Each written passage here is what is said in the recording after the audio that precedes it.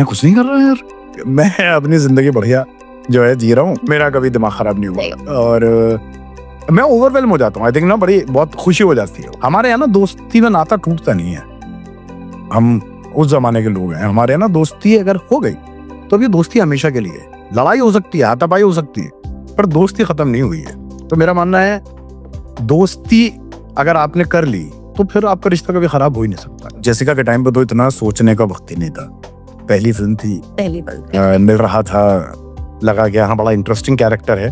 जैसे एंटर कर रहा हूँ बिल्कुल तब अच्छा सुन जीशान अच्छा करेगा ना तो क्लोज लगाऊंगा तेरा। मैंने कहा यार ये किसी एक्टर को ये बोलना नर्वस करने के लिए बेस्ट आपके पास रेसिपी है।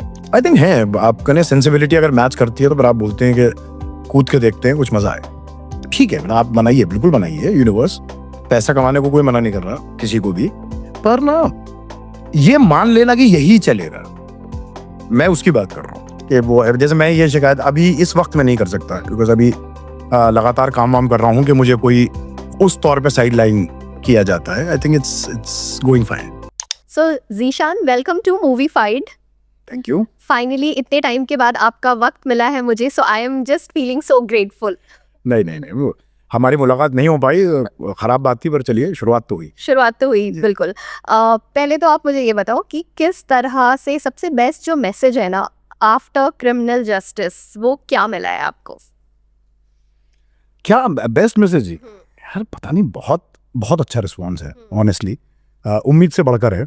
इतने हम में से किसी ने एक्सपेक्ट नहीं किया था कि इतना अच्छा रिस्पॉन्स आएगा। तो हर तरह का, कई लोग तो ये बोल दे रहे हैं कि आपकी अरे बेस्ट परफॉर्मेंस है। मैंने अभी एक किसी जगह पे बोल दिया था कि मेरी फेवरेट परफॉर्मेंस कोई और है, लोग बोल रहे नहीं आपने क्रिमिनल जस्टिस का नाम क्यों नहीं लिया। मैंने कहा यार थैंक यू, पर तो वो है, कई लोगों के फ़ोन आ गए, कई लोगों के मैसेजेस आ गए। आई थिंक ज़्यादा मज़ा ना तब आता है जब आपको वॉचमैन, ऑटो ड्राइवर्स और ये लोग जब ज़्यादा पसंद करते हैं ना काम, तो आई थिंक क्रिमिनल जस्टिस ने बहुत वक्त बाद ये वाला एक दोबारा से खोला है, तो वो बड़ा मजा आ रहा है उन लोगों से बात करके। तो जीशान ये सक्सेस को कैसे सेलिब्रेट कर रहे हैं?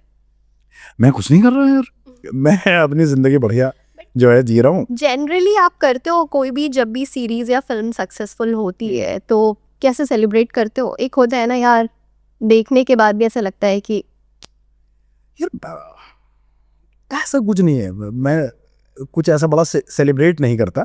आई थिंक वही दोस्तों के साथ बैठ के जो है हंसी मजाक हो जाता है इन चीज़ों पे, लोगों से फ़ोन पे बात हो जाती है कि अरे यार कैसा लगा, क्या लगा, और आई थिंक मोटिवेशन एक मिलती है कि आगे जो है और मेहनत करके यार और बेहतर काम कर पाएँ। तो ये आई थिंक ये मेरा तरीका है सेलिब्रेट करने का, और ज़्यादा सेलिब्रेट करने से कहीं दिमाग ना ख़राब हो जाए ये डर रहता है, तो थोड़ा रोक के रखता हूँ। तो ये डर रहता है जीशान के जहन में कि कहीं ना कहीं सक्सेस सर पे ना चढ़ जाए, कभी ये वाली फीलिंग आई है?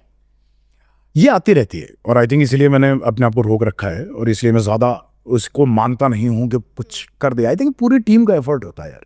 तो एक ना ये बोलना कि मेरी परफॉर्मेंस सक्सेसफुल हो गई या कुछ है, जैसे मैं बोल रहा हूँ कि ये हमने एक्सपेक्ट किया नहीं था कि इस तरह का रिस्पॉन्स आएगा। तो आई थिंक डेफिनेटली इसमें राइटर का, डायरेक्टर का, डीओपी का, साउंड का, एडिटर का, सबका जो है योगदान है कि हम ऐसा शो बना पाए कि मेरी परफॉर्मेंस जो है लोगों तक पहुंच रही है और लोग उसको पसंद कर रहे हैं।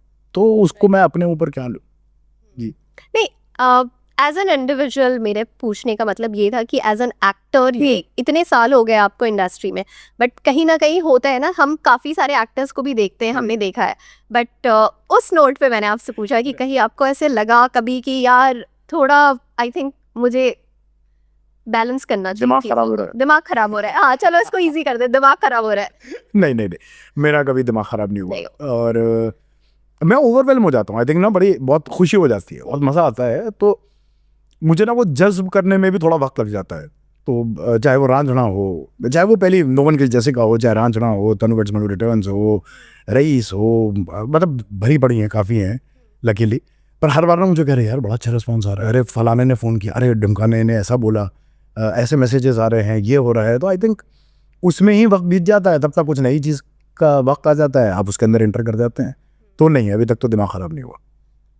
अच्छी बात है। नो वन किल्ड जेसिका में जैसे आपका नेगेटिव रोल से आपने शुरुआत की थी, तो अगर मैं आपसे वो पूछूं कि जब एज एन एक्टर जब आप शुरुआत करते हो, कोई जो भी एक पर्टिकुलर रोल मिलता है, तो उसके बाद कहीं ना कहीं क्या आपको ऐसे लगा था कि शायद मुझे नेगेटिव रोल्स ही ज़्यादा ऑफर हो?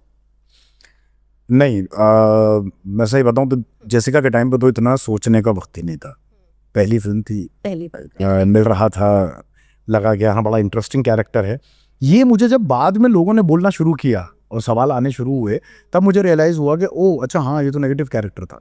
वरना ना स्क्रिप्ट पढ़ के कि यार बड़ा इंटरेस्टिंग कैरेक्टर है, एक रियल लाइफ बेस्ड उस पर है, उस पर मतलब रियल इंसिडेंट पे बेस्ड फिल्म है, तो लगा कि यार हाँ ये करने में मज़ा आएगा, किस तरह करें, क्या करें, कहानी कैसे बेस्ट तौर पे कम्युनिकेट होगी। बाद में लोगों ने पूछा तब मुझे लगा कि अच्छा हाँ ये तो नेगेटिव था, तो अच्छा ऐसे भी लोग प्लान करते हैं क्या कि अभी नेगेटिव करूंगा तो बाद में ऐसा हो जाएगा या वैसा हो जाएगा। No planning was there, I just went there, वो ऑडिशन क्लियर हुआ और फिल्म खुल गई। सही है, वो गट फीलिंग आई। हाँ मुझे लगा कि हाँ ये अच्छा कैरेक्टर है यार, ये करना है और इसमें कुछ करने में मजा आएगा। और राजकुमार गुप्ता जी की मैंने तभी वो देखी थी आमिर, उससे कुछ 3 महीने पहले, मैंने बहुत लेट देखी थी, टीवी पे देखी थी, तो मुझे बड़ा अच्छी लगी थी फिल्म। मैंने कहा अरे तो बहुत बढ़िया डायरेक्टर है, बहुत अच्छी फिल्म बनाई है। और बॉम्बे आते ही 15-20 दिन के अंदर आप उनकी फिल्म को ऑडिशन दे रहे हैं और वो क्लियर हो गया, राइट। तो ये तो कहाँ सोचने का वक्त है। और वो फिल्म हुई कैसे थी, लाइक कैसे मिली थी आपको? यार बिल्कुल इत्तेफाकन मिली थी। वैसे तो कई बार मैं उसके बारे में बात करता रहता हूँ, पर मैं बॉम्बे आया था फ़्लाइट लेने, न्यूयॉर्क की फ़्लाइट थी मेरी। ली स्ट्रासबर्ग इंस्टीट्यूट है एक न्यूयॉर्क में, उसमें एज एक्टिंग टीचर के तौर पे जो मैं सेलेक्ट हुआ था, मतलब वो लोग इंडिया में अपनी ब्रांच खोल रहे थे उसमें, तो हमें ट्रेनिंग के लिए 3 महीने वहाँ जाना था। तो मेरी फ़्लाइट थी बॉम्बे से, तो मेरी वाइफ जो है वो मराठी हैं, तो ये लगा था कि यार दिल्ली में रहने से बेटर है अगर वो बॉम्बे में थिएटर करेंगी तो ज़्यादा फ़ायदा है, क्योंकि मराठी एक लैंग्वेज का एडवांटेज भी मिलेगा, मराठी थिएटर भी कर पाएगी। इस चक्कर में जो मेरी जनवरी की फ़्लाइट थी, हम दिसंबर में, नवंबर एंड में हम बॉम्बे शिफ्ट हो गए थे कि महीना भर में घर भर देख लेंगे। और मुझे फ़ोन आया, अभिषेक बनर्जी जो अब एक्टर भी है, उस टाइम पे कास्टिंग करता था, एसोसिएट था वो गौतम किशन चंदानी का, तो उसका फ़ोन आया कि अरे जिशान भाई मैं दिल्ली आ रहा हूँ और ऐसे ऐसे अब एक फ़िल्म बन रही है, उसके लिए आपका ऑडिशन करना है। तो मैंने कहा भाई मैं तो बॉम्बे में हूँ। अरे क्या बात कर रहे हो, अच्छा आ जाओ मिलते हैं। तो मिलने गए वहाँ पे, मैंने तो यही बोला, मैंने कहा भाई मैं तो जा रहा हूँ 1 महीने में, आप बिना बात के मेरा ऑडिशन लेंगे ना, मुझे कोई सेटिस्फैक्शन होगा ना आपको कोई फ़ायदा होगा, कुछ है नहीं, छोड़ते हैं।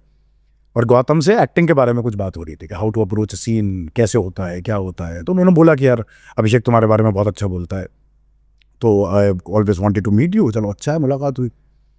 इस तौर पे हमने वो ऑडिशन ट्राई किया था, जस्ट टू अंडरस्टैंड कि मैं जिस अप्रोच की बात कर रहा हूँ हाउ इट वर्क्स। तो हमने किया और उन्होंने बोला अरे तो बहुत अच्छा है, बड़ा इंटरेस्टिंग है, फलाना ढमकाना। और कुछ वक्त में मुझे फ़ोन आया उनका, मेरा वो पुश हो गया था जाना, जनवरी में ही मुझे, नहीं दिसंबर एंड में ही मुझे फ़ोन आया गौतम का कि यार एक बार मैं चाह रहा हूँ कि तुम ना थोड़ा रेडी हो के ऑडिशन दो, क्योंकि मैं तो ऐसे ही चला गया था, टहलता हुआ, दाढ़ी वाड़ी भी थी और बाल बढ़े हुए थे। तो बोला कि नहीं एक बार ये कैसा होगा कैरेक्टर एक बार विजुअलाइज करके, कुछ कपड़े वपड़े उस हिसाब से ला के कुछ करो। तो जाके एक शर्ट का जुगाड़ किया, चमकीली सी, हमारा एक दोस्त था उसकी, उससे शर्ट ली थी, कपड़े वपड़े उस तरह के पहने, शेव वेव करी, तो बिल्कुल ही वैसी जो सोने की चेन पहनी, पर जो फीमेल्स वाली जनरली मानी जाती है वैसी एक सोने की चेन थी, मेरे ख्याल से पानी चढ़ी थी या जो भी थी, वो पहनी, शेव वेव किया, एक दोस्त से जेल लेके बाल वाल थोड़े बनाए ऐसे पीछे बैक कोम करके चले गए, ऑडिशन दिया। और जनवरी में तो मुझे फ़ोन ही आ गया कि भाई आप सेलेक्ट हो गए हैं। और वो दूसरा ऑडिशन इसलिए किया था क्योंकि उनको लग रहा था कि यार ये दिखता नहीं है, कर तो अच्छा रहा है पर ये दिख नहीं रहा कैरेक्टर, तो गौतम वांटेड के एक बार पूरा शॉट दिया जाए, and that is how it happened. And फिर तो चलता गया। फिर तो चलता गया। बिल्कुल। And if I ask you about what's your criteria of choosing a film, तो वो क्या है जब एक कहानी सुनते हो? ये कहानी सबसे पहले तो मुझे अट्रैक्ट करे, मुझे एक्साइट करे, मुझे लगे कि अरे हाँ यार इस कहानी में कुछ है जो कहने में मज़ा आएगा। राइट। तो पहली चीज़ तो वो है वो क्या बात कर रही है। हर कहानी कुछ बात करती है, आप चाहे उसको ये माने कि अरे नहीं वो इस तरह की बात नहीं करती, उस तरह से हम कुछ बोलना नहीं चाहते, मैं बस फिल्म बनाना चाहता हूँ, वो भी अपने आप में एक खूबसूरत तौर पे एक बात है जो आप कह रहे हैं। तो सबसे पहले तो मैं वो देखता हूँ, पर उसके बाद मैं अपना कैरेक्टर देखता हूँ कि कैरेक्टर कैसा है, क्या मैं उस कहानी में कुछ योगदान दे रहा हूँ या ऐसे ही आएगा और चला जाएगा या गुजर के बैठ जाएगा, ये इस पे ध्यान देता हूँ। फिर एक और जो बहुत इंपॉर्टेंट चीज़ होती है वो होती है इंटेंट, कि वो जो बना रहे हैं उनका इंटेंट क्या है, वो फिल्म बनाने के लिए फिल्म बना रहे हैं या प्रोजेक्ट है। तो प्रोजेक्ट में जनरली अवॉइड करता हूँ कि जब वो सिर्फ प्रोजेक्ट बना रहे हैं कि हाँ एक इसको ले लेंगे एक इसको ले लेंगे तो ऐसा हो जाएगा, बिक कितने में जाएगी। तो मुझे लगता है ऑफर्स आए हैं आपको, बहुत आते हैं, आपने मना किया है? ज़्यादातर मना किए हैं, कुछ करे भी हैं, झूठ नहीं बोलूँगा, कुछ किए भी हैं कि भाई पैसे पैसे चाहिए, के लिए। हाँ घर भी तो चलाना है, बिल्कुल। तो किए भी हैं, पर ज़्यादातर मैं ट्राई करता हूँ कि मैं अवॉइड करूँ इस तरह के प्रोजेक्ट्स और ऐसा ही करूँ जो दिल से कर पाऊँ। एंड ऑनेस्टली क्या इसका जवाब आप दोगे कि ऐसा कौन सा वाला प्रोजेक्ट था जो पैसे के लिए किया था? अरे छोड़िए, छोड़ दे। मतलब मैं ना उसमें देखिए वो मानता हूँ, मैं ऑनेस्टली बोलूँ, मैं क्यों नहीं बता रहा कि नाम लेने से ना क्या है कि वो कई लोगों ने बड़ी ईमानदारी से भी किया होगा, तो मैंने उन सब लोगों की, वो जो भी 250-300 लोग इन्वॉल्व थे उस फिल्म के बनने में, उन सबको ना डिवीन कर दूंगा। तो मुझे ना अच्छा नहीं लगता कि मैं गया था, मैंने तो फायदा ले लिया अपना, पैसे वैसे उठा लिए, अब मैं जो हूँ पीछे से बोलता रहूँ कि अरे बकवास फिल्म बनाई थी क्या, मैं I don't agree with that. You don't agree with that? Okay. You know, शुरुआत के कन्वर्सेशन में आपने ये मेंशन किया दैट इंडस्ट्री के फ्रेंड्स से बात कर लेता हूँ, फ्रेंड्स से बात कर लेता हूँ, not industry you mention, but अगर मैं पूछूं कि इंडस्ट्री में जीशान के कौन अच्छे दोस्त हैं जिनसे रेगुलर बेसिस पे बात होती है? यार लकीली बहुत हैं, काफ़ी हैं, मतलब एक तो जैसे अभिषेक का ही अभी नाम लिया था मैंने, तो अभिषेक तो हमारे कॉलेज के एक्चुअली बहुत लोग हैं जो यहाँ पे बहुत बड़ा अच्छा कर रहे हैं, तो वो अभी तक ना मेरे छूटे नहीं, हम साथ में थिएटर किया करते थे। बाकी जो मुझे बॉम्बे में आके मिले और बहुत अच्छे दोस्त बने, तो उसमें जैसे राज है, राज बहुत अच्छा दोस्त है, जयदीप है, जयदीप बहुत अच्छा दोस्त है, श्रुति है, श्रुति सेठ, तो वो बहुत अच्छी दोस्त है, हम लोगों ने साथ में भी किया था, तो मेरा जयदीप और श्रुति का अभी भी एक व्हाट्सएप ग्रुप है, उस पर बीच बीच में हंसी मजाक होता रहता है। और साउंड के कई लोग हैं, मानिक है, मतलब बहुत मेरे दोस्त एक्चुअली बनते रहते। स्वरा है, धनुष है, धनुष से रेगुलर तौर पे मुलाकात नहीं होती, बात नहीं होती, लेकिन जब भी मिलते हैं हमें कवर करने की ज़रूरत नहीं होती। जैसे अभी मिला था मैं कुछ वक्त पहले, तो ऐसा नहीं था कि अरे क्या और भाई बताओ 6 साल में क्या किया, स्ट्रेट अवे जहाँ छूटा था वहाँ से वी पिक्ड अप। या रंजना के 10 साल कंप्लीट हुए, वहाँ आप लोग मिले थे? 12 साल, सॉरी माय बैड, 12 साल कंप्लीट हुए। तो और वो जो गैप है वो बिल्कुल भी हमें फील भी नहीं हुआ कि ऐसा कोई गैप था बीच में कि हम 6-7 साल मिले ही नहीं, बात भी नहीं हुई, वो नहीं था। तो बहुत लोग हैं एक्चुअली इंडस्ट्री में भी, अब जैसे जो सबसे करीबी हैं एक राइटर हैं सिद्धार्थ मिश्रा, वो बहुत अच्छे दोस्त हैं। एक है मनोज शर्मा, एक्टर है, इसमें गंजन गुलाब वगैरह में था, वो तो फैमिली वाला छोटा भाई जैसा है। आशीष शर्मा हो गया आपका, बाकी हिमांशु शर्मा जो राइटर है जी, और राजशेखर, अली, ये सारे कॉलेज के साथ वाले लोग। अच्छा। तो ये तो हैं, अनंत विधाट करके एक एक्टर हैं वो, तो ये बहुत लोग हैं यार, एक्चुअली अभी गिनने बैठेंगे तो 100-150 निकल आएंगे इंडस्ट्री में ही जिनसे बातचीत है, और करीबी दोस्त कम से कम 25 तो आराम से होंगे।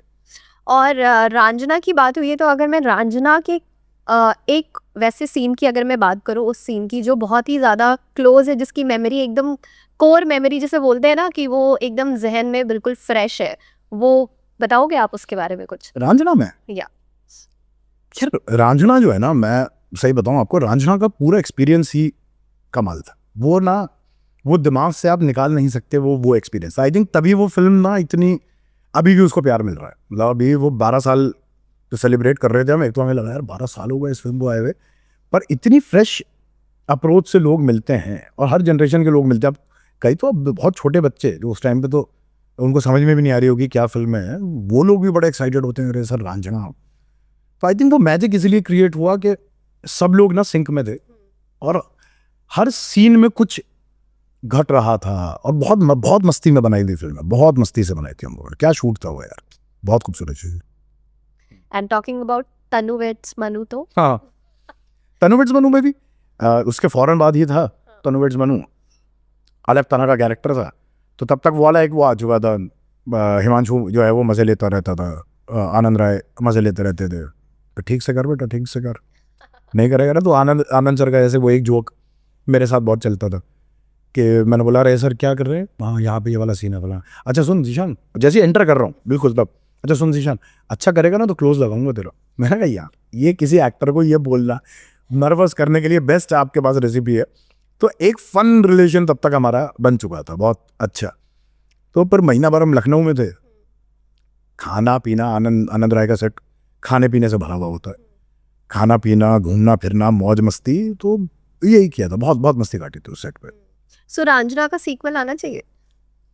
सीक्वल तो यार कैसे आएगा, रांझना तो मतलब जा ही चुका है। हाँ मतलब उससे रिलेटेड उससे रिलेटेड तो आई थिंक वो कुछ अनाउंस भी तो हुआ है ना, क्या तेरे इश्क में।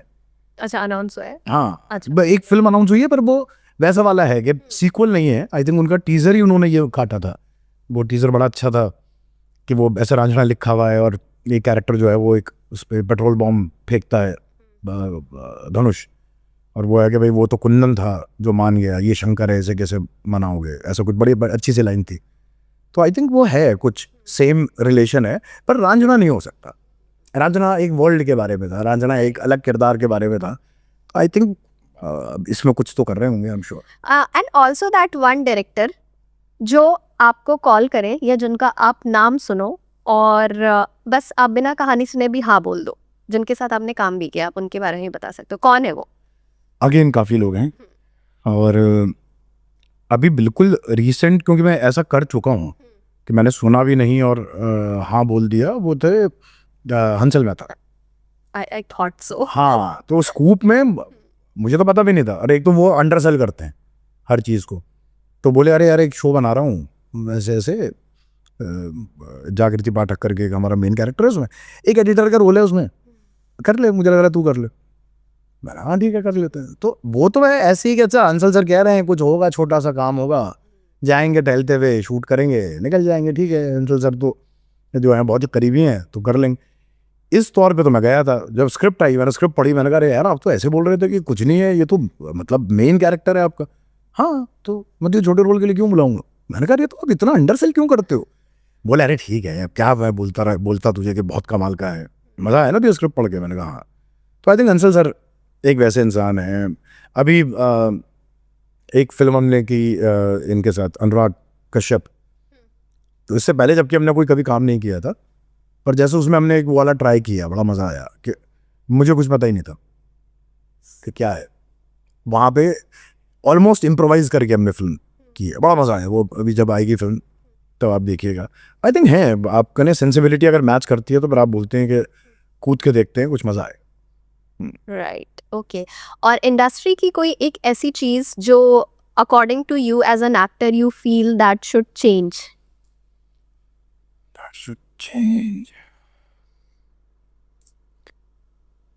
यार ऐसे तो देखो बहुत सारी चीज़ें हैं जो बदलनी चाहिए। I think it should be a continuous process कि हम ना सीखते रहें और बेहतर बनते रहें। आई थिंक कई बार ना हम फंस जाते हैं। जो पक्का ही बदलनी चाहिए, not just as an actor, I think किसी भी तौर पे, वो ये है कि ये जो एक पैटर्न सा बन जाता है ना हमारा काम करने का, हम ना एक फार्मूला बनता है पर हम उसको तोड़ते हैं, फिर हम उस जो जिस चीज़ ने तोड़ा है उसको नया फार्मूला बना लेते हैं।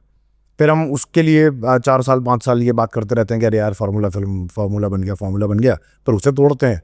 फिर जिस चीज़ ने तोड़ा होता है उसको बना लेते हैं फार्मूला। तो आई थिंक अगर हम ये बंद करके हम अगर अच्छी कहानियों पे ध्यान देके अपनी कहानियाँ कहें बजाय इसके कि ये सेफ है, आई थिंक सेफ्टी नेट हटाने की ज़रूरत है। I think you are here trying to say about the universe culture जो फिल्मों का चल गया है कि कॉप यूनिवर्स हो गया या ये हॉरर कॉमेडी हो गई, इस तरह की। हाँ वो भी मतलब एक लेवल पे ना वो भी है कि अरे यार ठीक है मतलब आप बनाइए, बिल्कुल बनाइए यूनिवर्स, पैसा कमाने को कोई मना नहीं कर रहा किसी को भी, पर ना ये मान लेना कि यही चलेगा, मैं उसकी बात कर रहा हूँ। ये लोग ना फिर ये एक पॉइंट पे ये मानने लगते हैं सब लोग कि यही है बस, इसके अलावा कोई कहानी आई तो नहीं आजकल ये थोड़ी देखता है कोई। नहीं भाई, ऑडियंस जो है वो हर चीज़ देखती है, आप उसको अच्छे से सर्व कीजिए वो देखेंगे। सो आई थिंक ये सबसे पहली चीज़ और सबसे इम्पोर्टेंट चीज़ अगर हम बदल देंगे तो आधा गेम सॉर्ट हो जाएगा हमारा। बिल्कुल जी बिल्कुल। ओके एक सबसे इम्पोर्टेंट सवाल, क्या तांडव का सीक्वल हमें देखने को मिलेगा? यार अभी तो इसकी कोई बात नहीं, मेरे ख्याल say that is one show हाँ। जिसके लिए आई एम श्योर आपको काफी सारे मैसेजेस भी आए होंगे, even the other cast and directors and all. So वो एक ऐसा शो है जिसको हर कोई देखना चाहता है. नहीं, लेकिन अब तो यार now I think it's too late in the day. अब तो बहुत साल हो गए, मतलब हम करने वाले थे पर वो नहीं बना, और अब मुझे ऐसा लगता भी नहीं है. किसी से भी एक्टर से बात करो, राइटर से बात करो, डायरेक्टर से, कोई हवा भी नहीं है, सुगबुगाहट भी नहीं है. और अब कैसे करेंगे? अब आप करेंगे तो आपको कई साल का जंप लेना पड़ेगा. तो अब पॉसिबल नहीं है वो सेम एज ग्रुप के आसपास भी पहुंचना. तो अब आपको, तो आई थिंक इट्स बेटर कि एक नया शो बना लो जिसमें आपको जो बात रह गई थी उसमें कहने को, वो बात कहने के लिए. And why do you think that show couldn't make it? Controversy हुई थी ना, वो तो आई थिंक, मतलब वो तो बड़ा ही क्लियर है. कंट्रोवर्सी हुई थी, उसके बाद ऑब्वियसली एवरीवन वाज लाइक यार क्यों बिना बात के जो है उसको बढ़ाना. आप कुछ भी उसमें बनाएंगे तो it will always be controversial. No one wants that, तो इसलिए बंद हो गया था. राइट. एंड ऑल्सो जी जीशान, आप काफ़ी वोकल रहे हो. ऐसे हम आपके सोशल मीडिया पे भी देखते हैं कि आप काफ़ी चीज़ें बोलते हो, even through poetry, which is very nice and lovely. But talking about as an actor, कहीं ना कहीं कभी ये फील होता है जब भी आप किसी सोशल इश्यूज़ पे बात करते हो या कहीं कुछ आप गलत होते हुए देखते हो उस पर बात करते हो, तो कहीं ऐसा लगता है क्योंकि ये ऐसा हमने कुछ देखा है रिसेंट डेज में कि कुछ एक्टर्स को बिल्कुल साइडलाइन करने की फिर कोशिश की जाती है. So as an actor, as an individual, वो फील आपको होता है कि ज़्यादा बोलूँगा, ज़्यादा वोकल होऊंगा तो शायद कुछ इश्यूज बढ़ जाएं? देखिए, ये तो पता ही है कि ये तो होता ही है. तो आई थिंक ये तो पहले भी पता ही था. जी. It eventually becomes a choice कि आप उसके बावजूद आप बोलना चाहते हैं या नहीं बोलना चाहते हैं. बट आई चोज कि मैं बोलूँगा. और हाँ, उससे फ़र्क पड़ता ही है, डेफिनेटली पड़ता है कि भाई अच्छा नहीं, अच्छा अरे ये नहीं करना, वो नहीं करना. पर एक जो अच्छी चीज़ है इंडस्ट्री की, इवेंचुअली ले दे के ना फिर याददाश्त कम वो भी है. तो आदमी बोलता है यार अब तो जैसे नाउ नो वन रिमेंबर्स ये सारी चीज़ें. मतलब आपने पूछा, बड़े वक्त बाद इसके बारे में बात भी हुई है, क्योंकि हो गए इस बात को भी कितने, पाँच साल तो हो ही गए. 5 साल पुरानी बात है. Now things are better. लोग जो हैं वो आगे बढ़ना चाहते हैं, आई थिंक सभी लोग अपनी ज़िंदगी में. तो सेम गोज़ फॉर इंडस्ट्री. तो अलग तौर पे किसी के साथ अब हो रहा होगा कि वो, जैसे मैं ये शिकायत अभी इस वक्त में नहीं कर सकता, बिकॉज अभी लगातार काम वाम कर रहा हूँ कि मुझे कोई उस तौर पे साइड लाइन किया जाता है. I think it's going fine. Right. And also आपने दिलजीत के साथ अर्जुन पटियाला में काम किया है. सो जोगी में भी. हाँ? जोगी. या Jogi. So talking about him, you are aware about him and जो चीज़ें उनके साथ हो रही हैं अभी इंडस्ट्री में, आप उसके बारे में कुछ बोलना चाहें? ईमानदारी से बताऊं तो मुझे नहीं पता है. अच्छा. मतलब ये मैं मुझे इस बार मौका ही नहीं लगा कि एग्जैक्टली क्या हुआ है. हर बार ना कुछ एक अलग बात पता लग रही है. तो बिकॉज उनकी फिल्म सरदार जी 3 में हानिया आमिर को कास्ट किया गया, जिसकी वजह से उनको कहा कुछ गया. प्रॉब्लम आई. हाँ जी. भाई मुझे, वही मैं कह रहा हूँ, मुझे ना उसके बारे में कुछ ज़्यादा पता नहीं है कि कुछ तो हुआ था. अरे दिलजीत का ये वो, मैंने बीच में कुछ देखा कि वो बेचारा जो है ट्रोल हो रहा है, क्यों हो रहा है वगैरह का. मैं उस टाइम पे कुछ तो कर रहा था, तो मैं उस पर ज़्यादा ध्यान नहीं दे पाया कि भाई क्यों हो रहा है, क्योंकि वो तो होता रहता है आजकल. कभी भी किसी को भी पकड़ लेते हैं, किसी एक एक्टर को या सेलिब्रिटी को, और उसको ट्रोल करते रहते हैं लोग. तो मुझे इसके बारे में नहीं पता. कुछ और भी था ना, आई थिंक किसी फिल्म राइट. के रिलीज को लेके भी, आई थिंक वही मैं कह रहा हूँ, कुछ 2-3 चीज़ें अभी सामने आई थी कि अरे पता है ऐसा हो गया, अरे पता है वैसा हो गया. कुछ शो में उसने बोल दिया था कि ये नहीं कर सकता. आई थिंक ऐसा भी कुछ हुआ था ना किसी कॉन्सर्ट का. करेक्ट. तो वही मैं कह रहा हूँ, मैंने उसको बहुत ज़्यादा फॉलो अप नहीं किया, तो I won't be the right person कि उसके बारे में कोई बात करूँगा. बट अगर मैं पूछूं कि as an actor, as a co star, अगर दिलजीत के बारे में आपको कुछ कहना है तो क्या कहेंगे? अरे बहुत प्यारा आदमी, बहुत ही प्यारा आदमी. मतलब बहुत अच्छा लगता है. एक तो वो स्टार और जो भी वो तो है ही, पर जिस तरह से वो सेट पे होता है ना, वो कभी आपको ऐसी वाली कोई फील नहीं देता कि अरे कोई यार इतना बड़ा, he is almost a rock star यार. ऑलमोस्ट क्या, he is a rock star. तो इंटरनेशनल लेवल पे I think one of the most famous performers. तो उस तौर पे वो नहीं होता. सेट पे बड़े हंसी मजाक, जैसे हमारा हुआ था जोगी, हम शूट कर रहे थे और गुरपूरब थी, और नहीं क्या था, मेरे ख्याल से कुछ ऐसे ही कुछ था. कोई एक फेस्टिवल आया था, मुझे भी एग्जैक्टली याद नहीं आ रहा. और मैं बैठा हुआ ऐसे बैठे बैठे मैंने ऐसी मज़े में बोल दिया. मैंने कहा यार वो खड़ा प्रसाद तो खिलाया नहीं आपने, आज ये दिन है. वो जिस तरह से वैसा हो गया ना कि अरे पाजी क्या बात करो, वो बुला के 2-3 लोगों को कुछ कुछ तो कहीं कुछ बोला, फिर हम शॉट देने में लग गए। बाहर ही शूट चल रहा था, हमारा रोड का ही शूट था, जो कि मैं आधे ज़्यादा शूट रोड का ही था। तो बाहर ही बैठे हुए थे हम कुर्सियाँ डाल के, और हम एक शॉट दे के आए, गाड़ी वाड़ी घुमा के वापस आके मैं जैसे वहाँ बैठा तब तक जो है खड़ा प्रसाद रेडी है। मैंने कहा अरे भाई, कह रहा है भाजी आपने ऐसे बोल दिया, मुझे लगा कि ये कैसे हो सकता है, सही बोल रहे हो आप। पर सबके लिए पूरे सेट पे सबके लिए आया। अरे मज़ेदार आदमी, तो आपको अच्छा लगता है कि अब आप क्या अच्छा लगता है। मैंने कहा भाई मुझे यार पराठे खाने का दिल है, और अब पराठे हम दिलवाते हैं, तो कौन से तंदूरी वाले खाएंगे, ये वाले खाएंगे, तो वो मंगवा दिए कहीं से कि इसका सबसे बेहतर है। शूट कर रहे थे आप लोग? हम पंजाब में शूट कर रहे थे, तो चंडीगढ़ के आसपास के इलाकों में, गाँवों में शूट हो रहा था। Okay, now talking about your personal life, okay, ये एक बहुत इम्पोर्टेंट सवाल है जो मुझे आपसे पूछना है, दैट इज यू नो आपका और आपकी वाइफ का जब हम रिलेशनशिप देखते हैं ना, you know people just love your chemistry and everything, but what is that one thing in a relationship according to you जो बहुत ही ज़्यादा इम्पोर्टेंट होती है टू वर्क? यार बहुत ही आसान है इसका जवाब, तो आई थिंक जो यूनिवर्सल जवाब है मेरे हिसाब से दोस्ती होनी चाहिए। अगर आपकी दोस्ती बहुत अच्छी हो गई अपने पार्टनर के साथ, खराब ही नहीं हो सकता। और मैं ये ना वो आजकल की शहरी दोस्ती के बारे में बात नहीं कर रहा, मैं बात कर रहा हूँ जिस दोस्ती को हम जानते थे, जो हमने भाई देखी बचपन से। हमारे यहाँ ना दोस्ती में नाता टूटता नहीं है, हम उस जमाने के लोग हैं। हमारे यहाँ ना दोस्ती अगर हो गई तो अभी दोस्ती हमेशा के लिए। लड़ाई हो सकती है, हाथापाई हो सकती है, पर दोस्ती खत्म नहीं हुई है। मैं नाराज अपने दोस्त से ही हूँ उस वक्त में, पर इसका मतलब ये नहीं है कि अगर मैं अपने दोस्त से नाराज हूँ और आप कुछ बोलेंगे तो मैं सुन लूँगा। तब मेरा दोस्त जो है वो ज़्यादा इंपॉर्टेंट है हमेशा। मुझे लगेगा कि मुझसे बात नहीं कर रहा, मैं घर पे जाके घंटी बजा दूंगा उससे कि हाँ भाई बात क्यों नहीं कर रहा है, ज़्यादा दिल कर रहा है मुझे मार ले बात करने से। आई थिंक हम ना उस कल्चर से आते हैं। तो मेरा मानना है दोस्ती अगर आपने कर ली तो फिर आपका रिश्ता कभी ख़राब हो ही नहीं सकता, क्योंकि आप खुल के किसी भी चीज़ के बारे में कभी भी बात कर लेंगे। लड़ाई झगड़े भी होंगे, ऐसा थोड़ी है कि हमारे लड़ाई झगड़े नहीं होते, हमने खूब करे अपने वक्त में, तो खूब अच्छे से चीख चिल्लाहट भी हुई है, लेकिन हमेशा सॉर्टेड था, क्योंकि हमें पता ये था कि यार नहीं ऐसा कोई कन्फ्यूजन नहीं है कि मुझे इस आदमी से कोई दिक्कत है, ये ही इंसान है मेरी ज़िंदगी में बस। क्योंकि इससे ज़्यादा क्लोज में और किसी से महसूस नहीं करता, मैं कुछ भी बोल सकता हूँ रसिका मुझसे कुछ भी बोल सकती है दुनिया में, and will be comfortable with each other. I think अगर ये किसी ने अचीव कर लिया तो रिश्ता यार कभी ख़त्म नहीं होगा। हाउ लवली, बिकॉज इन दिनों यू नो काफ़ी सारी चीज़ें हम देखते हैं इन इंडस्ट्री में हो या बाहर हो कि रिश्ते कितनी जल्दी टूटते हैं। So that's why I just thought I will ask you this thing, and also बाकी की बातें मैं इनसे करूँगी जब मैं इनसे और रसिका से मिलूँगी उसके बाद। ओके ओके, यहाँ पे कुछ नाम ले रही हूँ मैं, ओके, और एक मेमोरी आपको शेयर करनी है अपने इन को एक्टर्स के साथ वाली। ओके, लेट्स स्टार्ट विद धनुष। धनुष के साथ कौन सी वाली बर्फ? धनुष के साथ यार बहुत सारे, एक जो मुझे बहुत ज़्यादा याद रहता है हमेशा, क्योंकि सीन वाइज तो आई थिंक सीन में तो ना सबने केमिस्ट्री वगैरह देख ली है।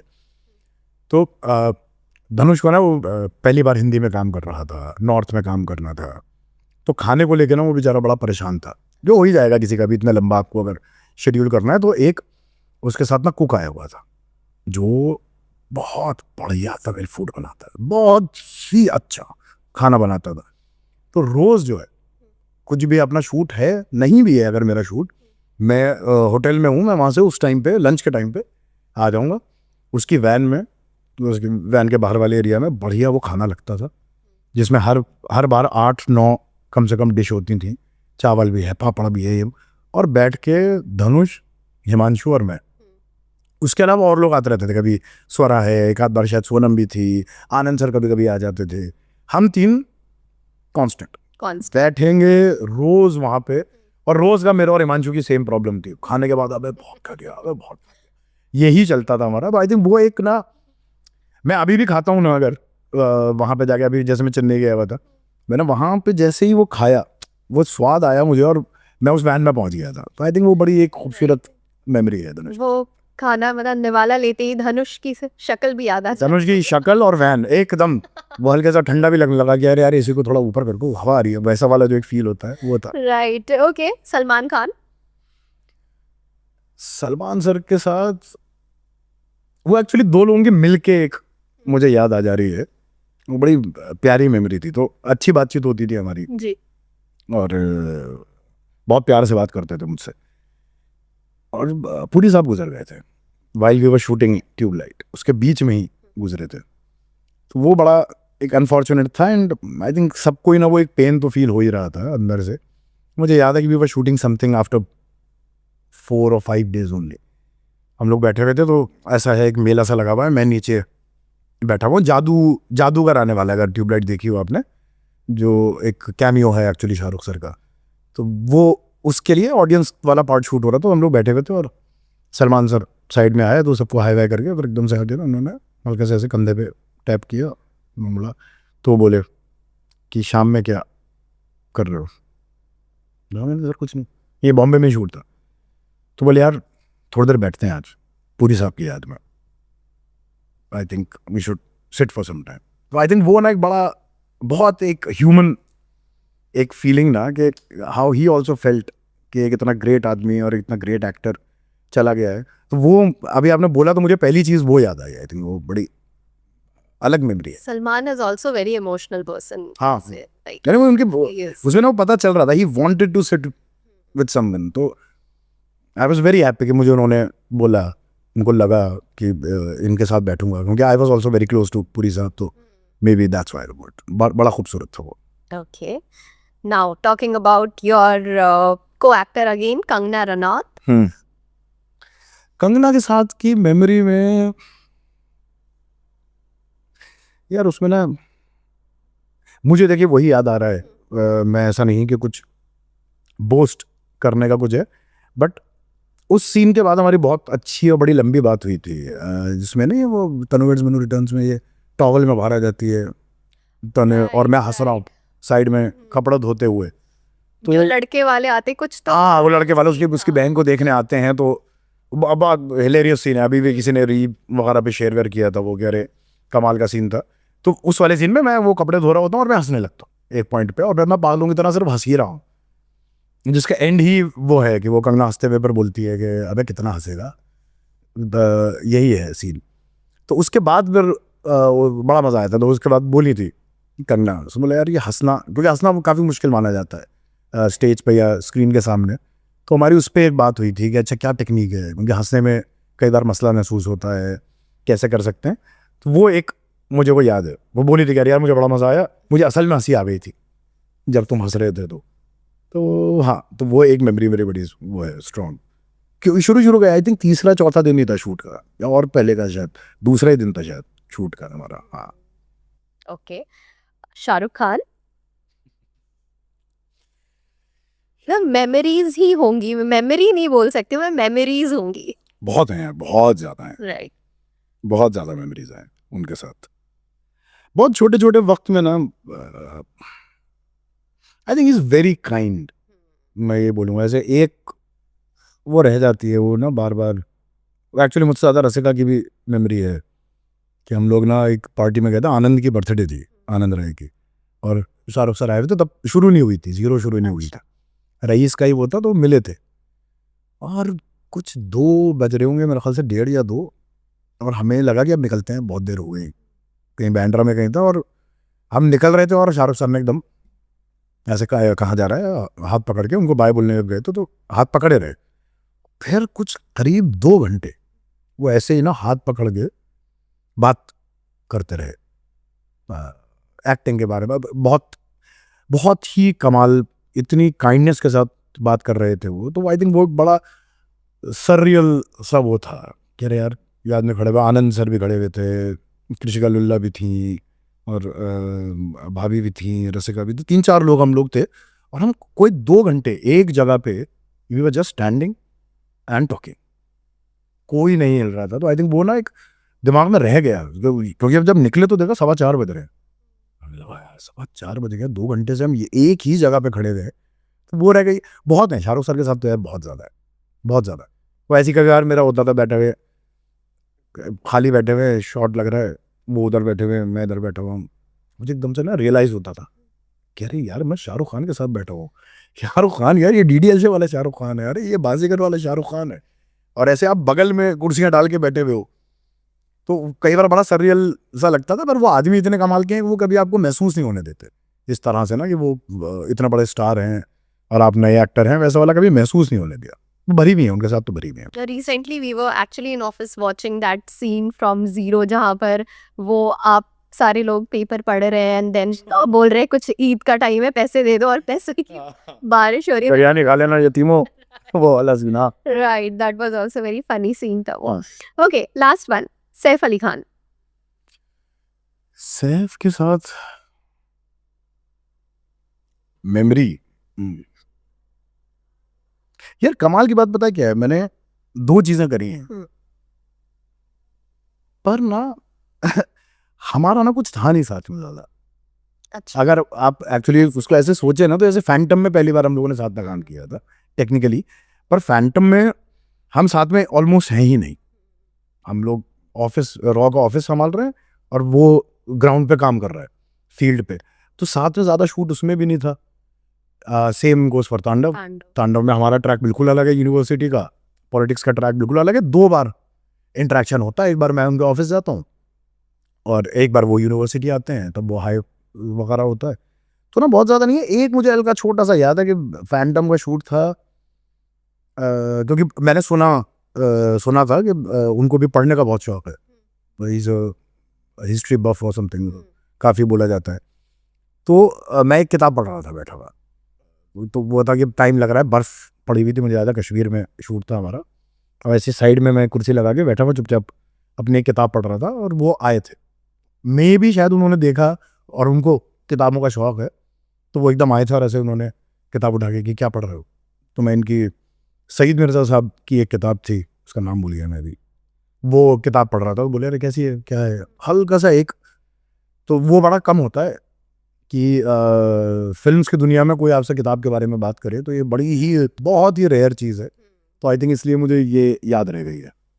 No, that's lovely. Okay, 3 movies or 3 web series which you will recommend to our viewers. क्या है? कौन सी? कोई भी चलेगी। अरे यार,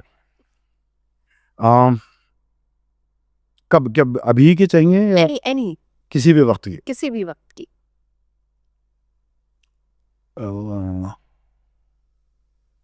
यार मैं ना ऐसा ना बड़ा फेवरेट वाला आदमी हूँ नहीं, मेरी तो दिक्कत ये है, मुझे ना सब, चलो आप इजी मुझे करते। बल्क में पसंद आता है सब कुछ। रिसेंट टाइम जो भी आपने देखा है और आपको पसंद आया हो काफी। रिसेंट टाइम यार फिल्म्स तो ऐसी कोई मुझे बहुत ज़्यादा, नहीं आई। ईमानदारी की बात कि बहुत ज़्यादा मैं खुश नहीं हुआ किसी को देख के, बट सीरीज में अगर मैं बोलूँ, मुझे ये काफ़ी पसंद आया, अडोलेसेंस जो एक आया था अभी नेटफ्लिक्स पे, वो बढ़िया शो था, बढ़िया शो था वो। और आई थिंक यार किसी को भी, अगर किसी ने नहीं देखा, वैसे तो मेरा मानना है सब देख चुके हैं, पर नहीं देखा तो भाई ब्रेकिंग बैड देख लो। राइट। वो एक, मतलब ओह, हर चीज़ में परफेक्ट है यार, वो क्या राइटिंग है, क्या डायरेक्शन, क्या हर चीज़, मतलब बैंग ऑन। तो आई थिंक वो एक चीज़ है जो देखनी चाहिए। बाकी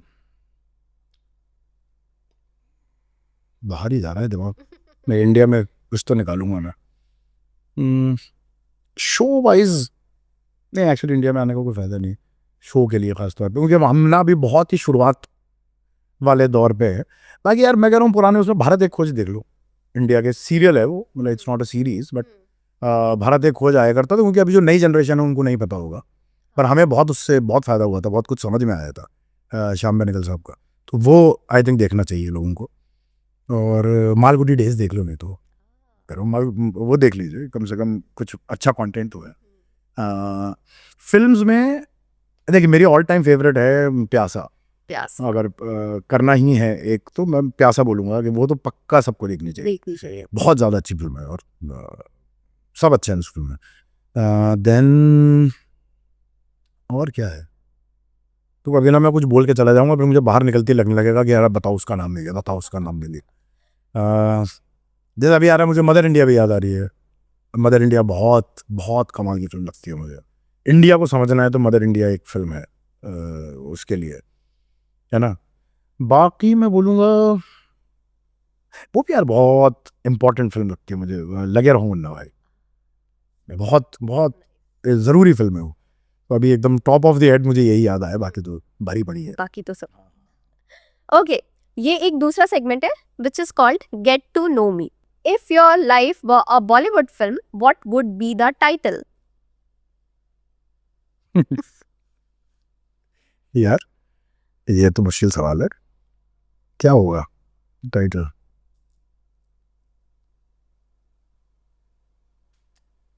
यार ये तो बहुत मुश्किल सवाल है, ये तो आपने ऑलमोस्ट ऑटोबायोग्राफी का नाम ऐसे तो होता होगा ना कि ऐसा तो होता होगा ना कि कोई फिल्म देखते हुए लगता है यार ये तो एकदम मेरी लाइफ, मेरा ही कैरेक्टर, ऐसे ही मैं, ऐसा ही हूँ मैं, उससे नहीं। कुछ रिलेट कर लो। अरे इतने अच्छे राइटर कहाँ हैं हमारे पास। नहीं नहीं, ऐसा ऐसा नहीं होता मेरे साथ। लेकिन नहीं यार, ये मैं नहीं दे पाऊंगा जवाब, बहुत मुश्किल सवाल है ये। मतलब मुझे खुद समझ में नहीं आ रहा मैं क्या, इतने बड़े सवाल तो मैंने अपने आप से अपने बारे में पूछे हैं नहीं, कि मेरी जिंदगी क्या है, मैं कैसे उसे एक शब्द पे या एक लाइन में लेके आ सकता हूँ। नहीं नहीं, मैं नहीं दे पाऊंगा, सॉरी। अच्छा, व्हाट्स योर हिडन टैलेंट?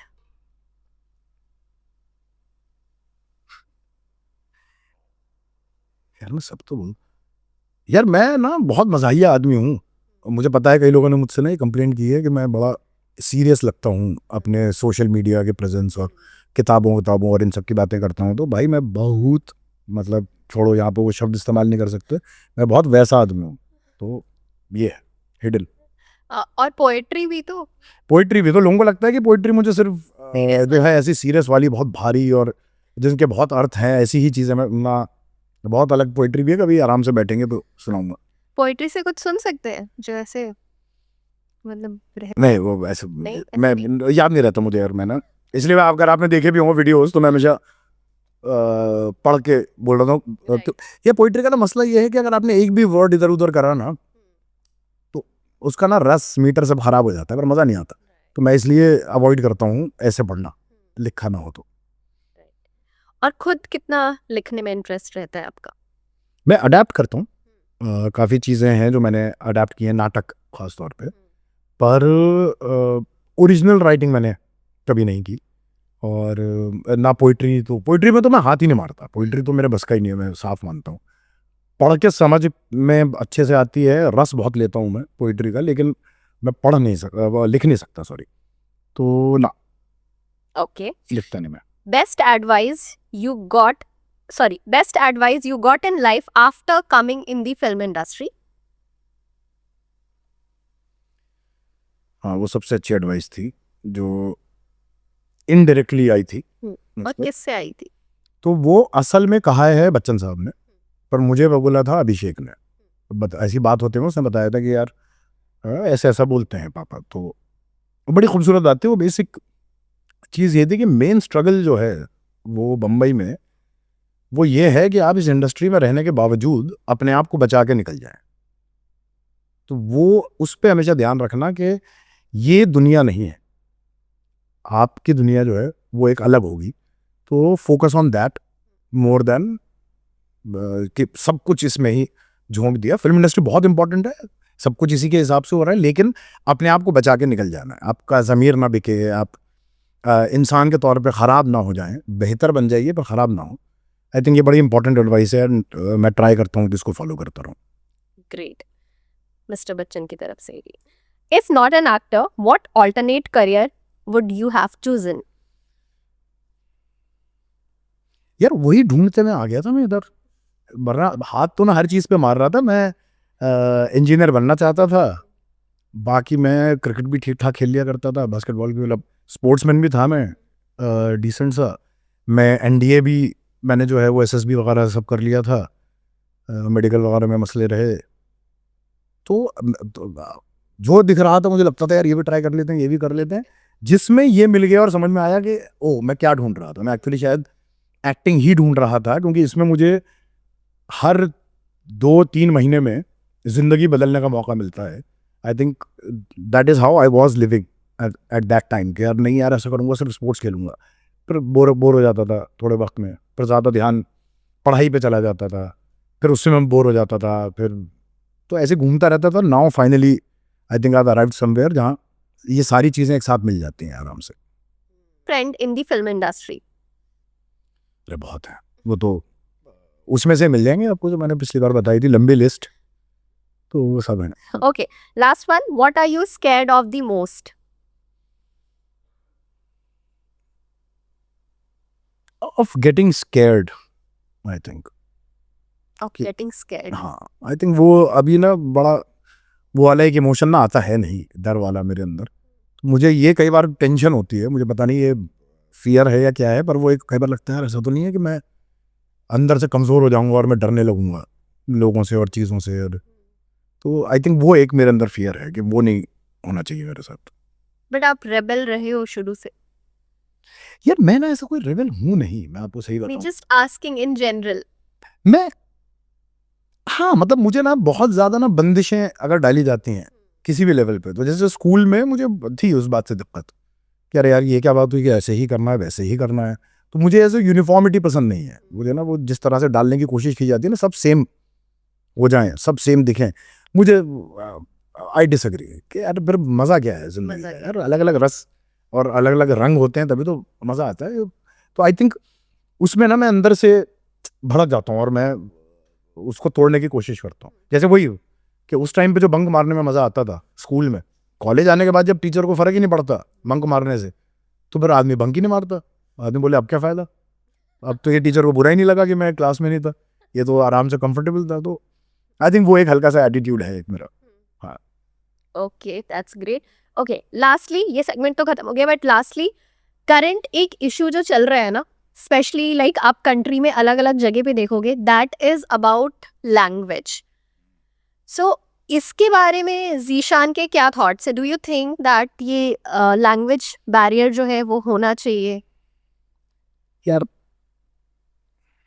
देखिए बात क्या है, ये ना ये बहुत कॉम्प्लेक्स वो है, ठीक है, इसमें ना कोई भी बात करने का ना बड़ा फ़ायदा नहीं है। मैं इतना ही बोलूँगा कि भाई कोई भी चीज़ दुनिया की ऐसी नहीं होती जिसकी वजह से आप सामने वाले को हार्म कर दे, पहली चीज़ तो ये है।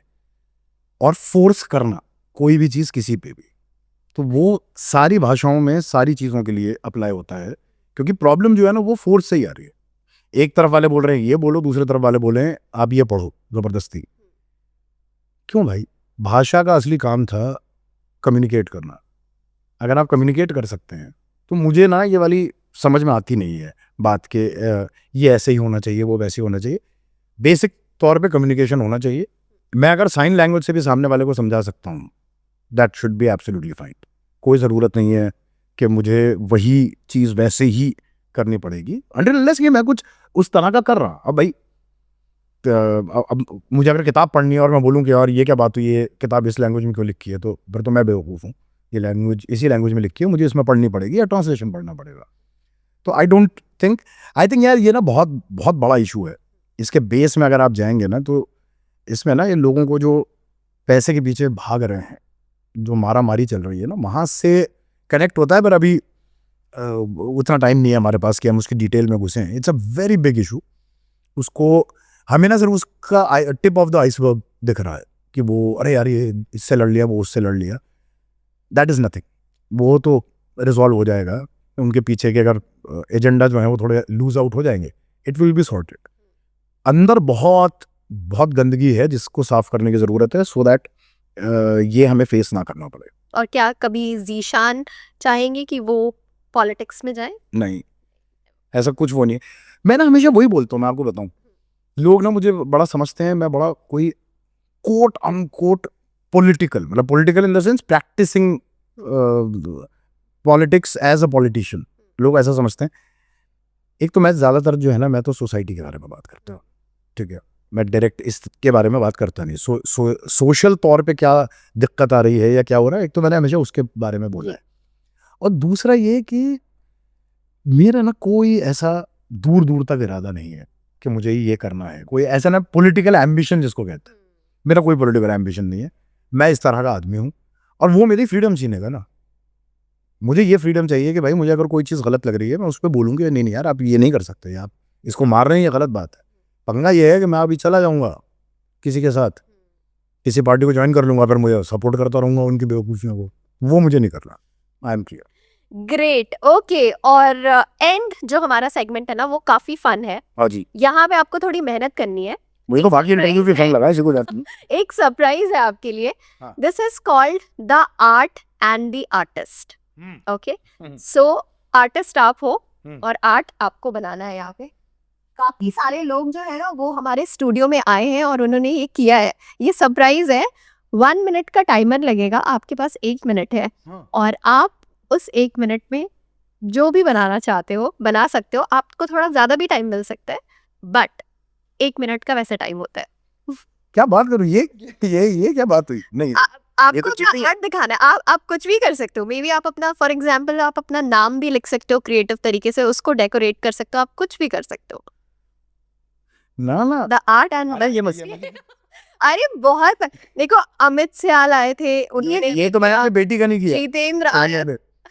ये मुझसे नहीं होता. मेरे हाथ अब नहीं चलते. उस पहले चलते थे. मैं अच्छा आपने अपने डॉटर के लिए क्या घबराए. बनाया है? वो वैसे एक चैलेंज. यही तो मैं कह रहा हूँ. जीहान बहुत मैंने नहीं बनाया. यही तो मैं बोल रहा हूँ. आप कुछ तो ट्राई कर लो. नहीं अरे नहीं भाई ये नहीं ये सेगमेंट बड़ा खतरनाक है. आप डर रहे हो. हाँ मैं डर रहा हूँ. मैं ये भाई मुझसे नहीं होता. देखिए मैं ना बहुत कुछ नहीं. मैं जो हूँ बहुत ज्यादा क्योंकि रिस्पेक्ट करता हूँ पेंटिंग की. जिस वजह से मैंने आपको बताया कि मैं लिखता नहीं पोइट्री क्योंकि मैं अच्छी पोइट्री पढ़ता हूँ. मैं अच्छी पेंटिंग देखता हूँ और पढ़ता हूँ. ये मेरे लिए ब्लास्फेमी है कि अपने हाथ से कह रहा है रुको हम कुछ बनाए. आप क्या अच्छा लास्ट पेंटिंग कब की थी? क्या अच्छा स्केचिंग किया? 4th में था. 2nd प्राइज मिला था मुझे तो पेंटिंग. आप डॉटर के लिए कोई कभी हेल्प नहीं करते हो? मैं उसकी हेल्प करता हूँ. उसके साथ बैठ जाता हूँ. कह रहे हाँ बनाओ हाँ क्या ये चाहिए ये लो बनाओ बहुत अच्छा है सही है इसको ऐसा कर दो उसको वैसा कर दो. देखो कितने एक्टर्स ने मिकी माउस भी बना दिया है. मैं वो बहुत अच्छी बात है वो जो कर रहे हैं. मैं भाई पेंटिंग है क्या बात करती है आप. ना तो मतलब you are the first one. ये है ना.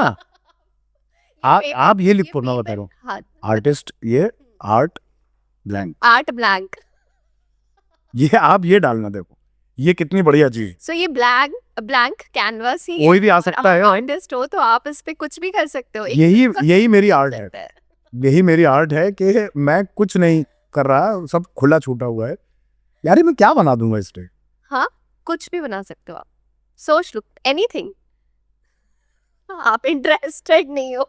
मैं डरा हुआ हूँ. हम अब अभी क्या बन जाएगा वो. आप पूछ रहे थे ना किस चीज से डर लगता है. आपने वो निकाल लिया. देखिए मुझे आपने मेरे अंदर का डर निकाल दिया. डर निकाल दिया. सही है. Okay so thank you so much for coming in our studio and बहुत मजा टॉकिंग आया टू अस. Thank you.